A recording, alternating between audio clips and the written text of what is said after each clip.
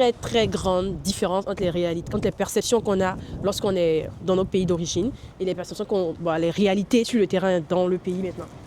Moi, je suis venue ici, ma première idée c'est que c'était un pays rempli d'opportunités pour les étudiants et aussi surtout pour les francophones. Ce qui a changé, c'est toujours un pays rempli d'opportunités, mais il y a des vérités qu'on ne nous dit pas dès le départ. Est-ce que vous soutenez l'idée que, étant étudiant, tu peux travailler pour payer tes études? Honnêtement, non. C'est archi faux, c'est impossible. Franchement dit, c'est impossible. Damn! Tu peux pas te lever comme ça et dire je vais immigrer au Canada ou dans tel pays parce que tout le monde y va. Il faut être sûr de ce choix-là.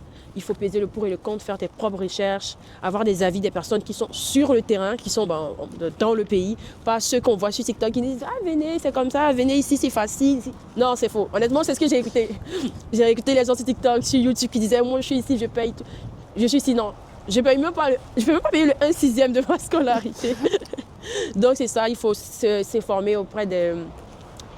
Après, comme je le dis, les pays américains en général, ils ont toutes les informations sur leur site. Quand tu vas sur le site du gouvernement Canada, il y a absolument tout sur l'information. Donc, écouter les personnes sur les réseaux sociaux, c'est comme foncer droit dans le mur en fait. C'est vraiment pas... Franchement, moi, ça fait bientôt 2 ans que je suis ici, j'ai toujours pas d'amis, pas de cercle, donc c'est ok compliqué. Quoi.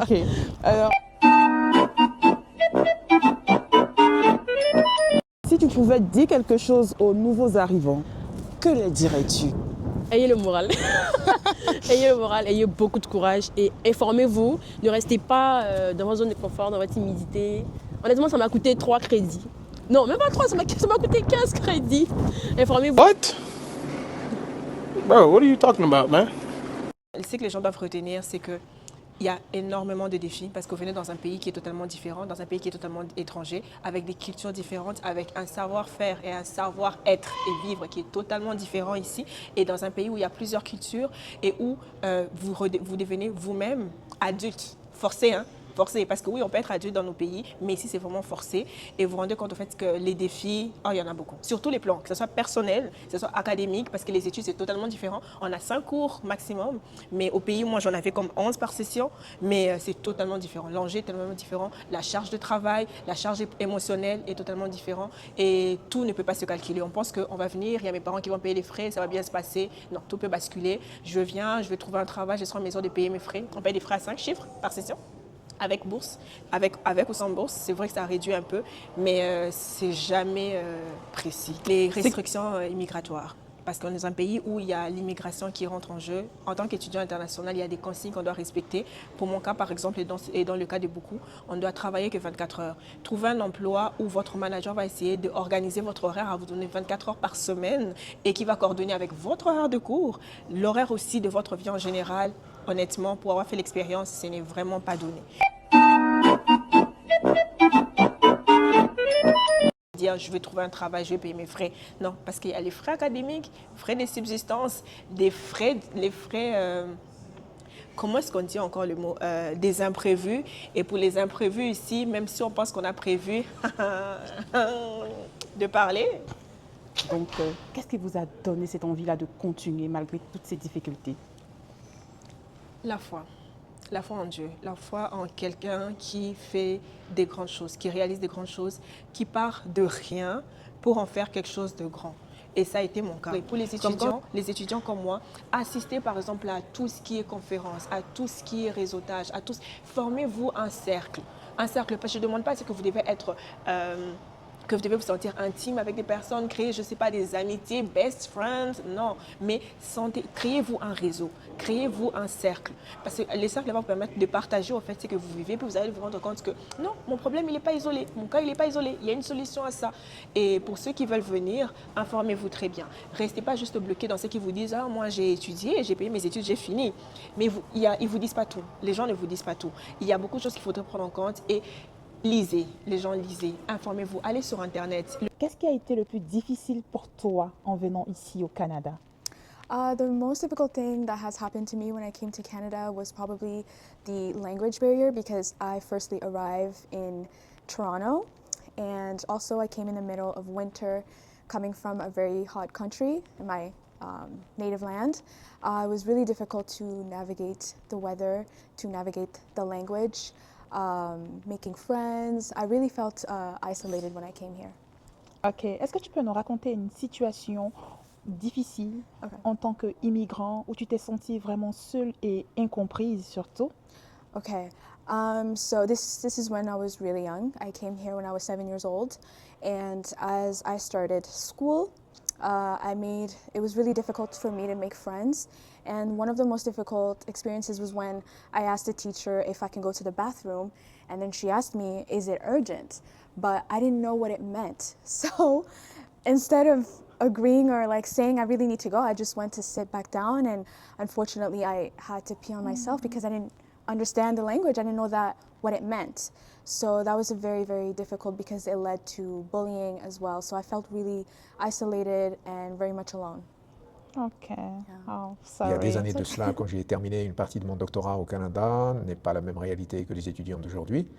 Et chaque étudiant a une situation différente. Ceci dit, j'imagine que le premier défi et le premier problème peut-être ou obstacle pour les étudiants, c'est la question de l'argent. Comme on sait très bien que les études coûtent cher au Canada, en tout cas pas seulement pour les étudiants internationaux.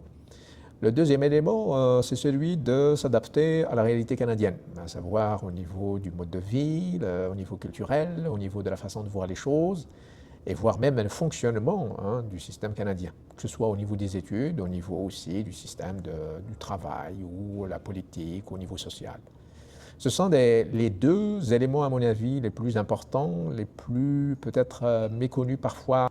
Durant votre parcours d'enseignant, quel moment ou quelle situation vécue par un étudiant immigrant vous a le plus marqué émotionnellement? Je pense qu'il y en a plusieurs, mais de mémoire, je vais citer un exemple parmi d'autres.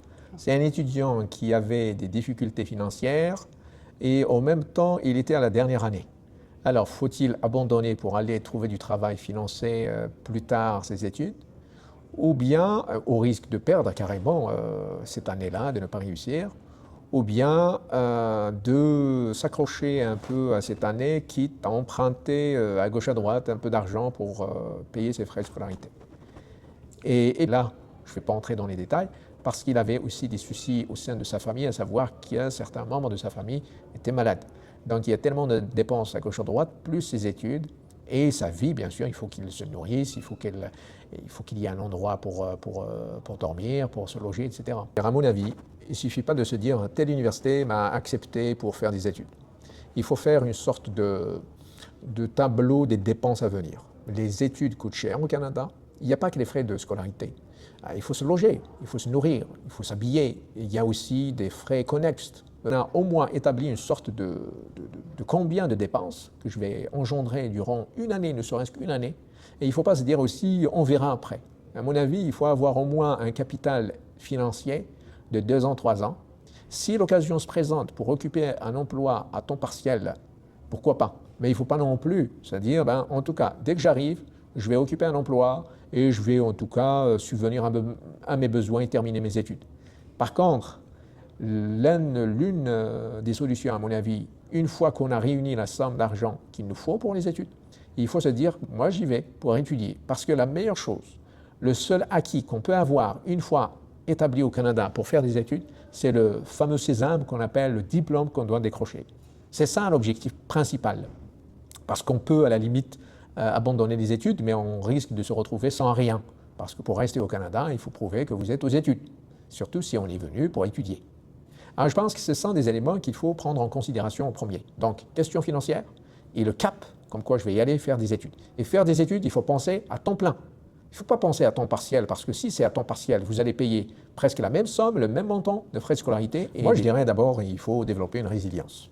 Être cohérent avec la réalité. C'est-à-dire, il ne faut pas se dire qu'on est dans un pays du membre du groupe G7, c'est-à-dire l'un des pays les plus riches, que tout va bien, que l'apparence qu'on voit à la télé, dans le cinéma, que ici tout baigne. Non, il y a aussi des défis au Canada. Il y a des étudiants qui sont confrontés à de multiples problèmes. Et il faut être réaliste. De deux, quand on a la résilience, à la limite, et réaliste, c'est quoi l'objectif à partir du moment où je suis au Canada? Je vais bien sûr faire de telle sorte à ce que je me débrouille, travailler, être bien sûr dans un travail légal, honnête, et réussir mes études. Et peut-être ensuite un certain nombre de problèmes, au départ, qui se présentaient, seront secondaires. Hello tout le monde, moi c'est Aude et ce que vous venez d'entendre, ce sont des bouts de vie silencieux que beaucoup vivent et préfèrent garder pour eux ici en Occident. C'est pourquoi j'ai décidé de créer Soupir d'un immigrant, une série où je partagerai mon histoire, celle des autres et des moments de vie réels qui n'ont jamais été racontés, afin que toute personne qui vit des difficultés ici en Occident sache qu'il n'est pas seul. Et aussi ceux qui sont dans nos pays d'origine, qui rêvent de venir en Occident, qu'ils touchent le vrai contexte, la vraie réalité, qu'ils soient préparés physiquement, spirituellement, financièrement et émotionnellement. Ici, nous allons parler de tout. Comment acquérir des informations qu'il nous faut étant en Occident ou parce qu'on veut venir, les difficultés, les sacrifices, mais aussi l'espoir, la foi qui nous permet de nous tenir debout malgré tous nos défis et ces adversités que nous pouvons rencontrer. Si toi aussi, tu veux entendre ces histoires, comprendre la vérité derrière nos différents parcours, savoir ce qui fait notre résilience ou parler de ton histoire ou ton expérience, je t'invite à me suivre sur ma chaîne YouTube. Ensemble, faisons tomber le silence et donnons de la voix à ceux qui vivent loin de chez eux. Ayo lele, ngana leli, ayo.